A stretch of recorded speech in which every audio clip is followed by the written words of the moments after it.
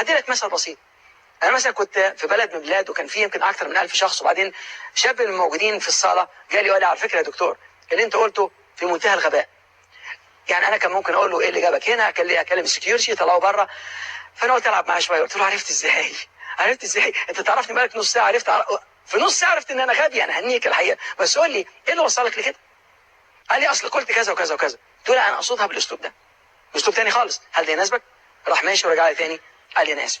وده قوه الاتصال مع الاخرين. فانا توقعت من الشخص ان عنده رساله، انا عايز اعرف الرساله دي، ما خدتش منه السلوك، فركزت فقط على الرساله، والرساله دي باستمرار هتكون رساله لها معنى غير السلوك. الكلام نفسه لا يمثل اي شيء في الاتصال، الكلام لا يمثل اكثر من 7%. حد قال لك مهما قال ولا تساوي حاجه اطلاقا، لان اتقالت لك لا شعوريا، فقال كلام مبني على ادراكه للاشياء اللي هو ليس له اي دعوه اطلاقا بيك انت. عشان كده ركز على النيات. فانت لما بتشتغل مع الناس باستمرار اتعلم وخلي عندك حب استطلاع، روح ابعد من السلوك. عشان كده لما تركز وانت بتعمل مع الناس اي حاجه ركز على نيتهم.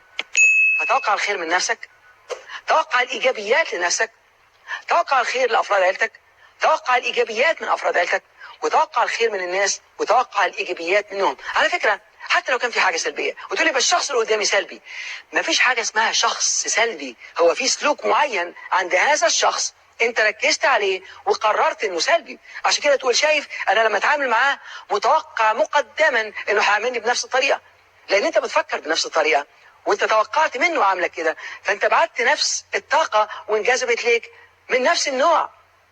عشان كده مهم جدا وانت بتتعامل مع الناس خد بالك انت بتفكر فيهم ازاي، لان التوقع بيوصل للانجذاب، والانجذاب بيرجع لك نفس الطاقه من نفس النوع. فالطريقه اللي انت بتفكر فيها في الاخرين بيفكروا فيك بنفس النوع وبنفس الطريقه. انا هقول لك حاجه، لو مثلا عندك، انتوا عارفين العنكبوت وعنده بيت العنكبوت، لو رحت بيت العنكبوت وخبطت في اول البيت ورحت في الاخر وحطيت صبعك هتلاقيه بيرن بنفس الطريقه.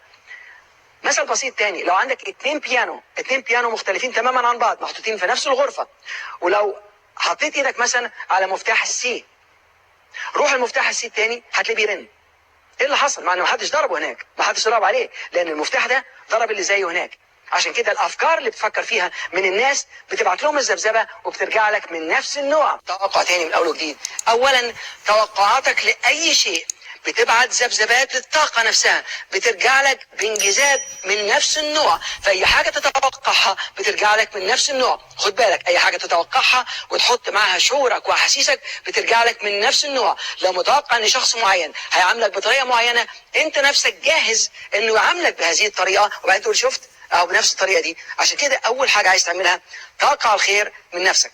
توقع الخير من نفسك، توقع انك انت نفسك تنجز، توقع انك انت نفسك مهما حصل برضه هتنجح، مهما حصل برضه هتوصل لاعلى، برضه هتاخد الامل وتحطه في الفعل. وطول ما انت ماشي متوقع الاجابات، متوقع الصح، متوقع النجاح، متوقع الانجاز.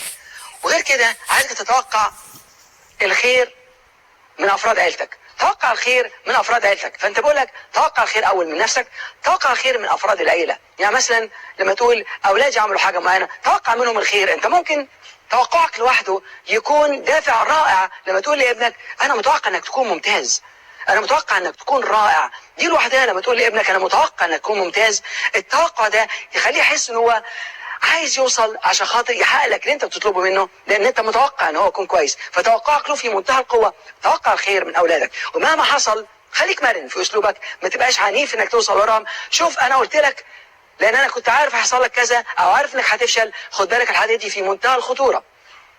توقع الخير من نفسك، توقع الخير من افراد العيله عندك، توقع الخير من الناس، توقع الخير من كل الناس. وانت بتتعامل مع الناس مش معنى كده ان الواحد يقول لك انا ماشي يعني ما اكونش حريص، لا خليك حريص، ولكن في نفس الوقت تتوقع الخير من الناس. لما انت بتشتغل مع ناس تتوقع ان شخص هيتعامل معاك بطريقه كويسه، بتركز على الايجابيات، ما تركزش على السلوك. لا حتى لو حد كلمك كلمه وانت فسرتها بادراك معين بانها سلبيه، خد بالك انا قلت قبل كده وراء كل سلوك توجد نيه ايجابيه، وراء كل سلوك